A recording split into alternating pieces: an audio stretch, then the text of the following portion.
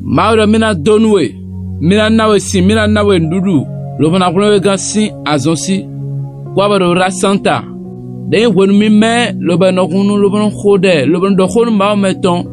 Lobana do de gweni. Lobo eno zedi dio wanme. Mina hanundo.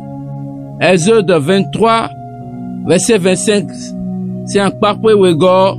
Le somme, il court à parfait de cocoton.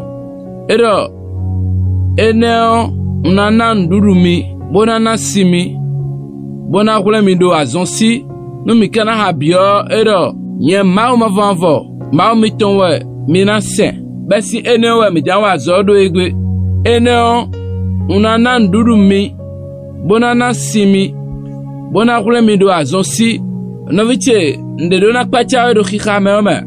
Ero eneo unanan durumi nchoba enanan duruwe choba enanawe sin choba enakule gana azonsio adona koze beta lobona senwe lo nuwe edo fione nye mau mavanvo mau mitonwe minansen eneo numereti boko modo miko doyon na miko jadokun doko pere asitombo nduru rea lobana mondu lobana du bo vikwa sikono du ni ho bo edo kwe lo bodeme kabera ekungba wa ene komo yona mauton ekomo dona mauton do dona de so anato zegbeta lobana sen akruno mau mavanvo miton anato sen we agbeta zizewe wona zegbeta gudo anamodo mikuteo benwe yoro dona de la yo mikunkomo pon mikunkomo yona de pon mikunkomo tara gbe de kporo gbe mi to me o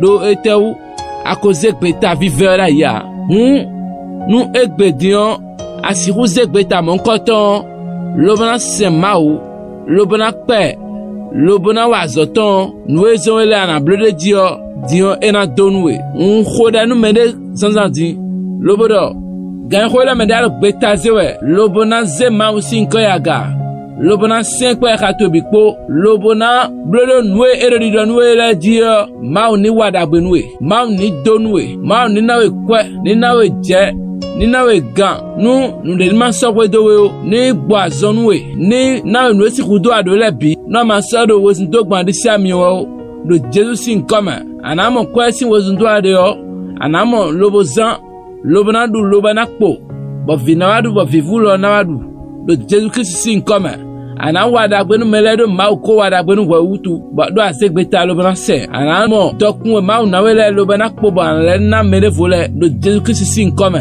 mi khoda de ami fifani lo polopo mi tonton.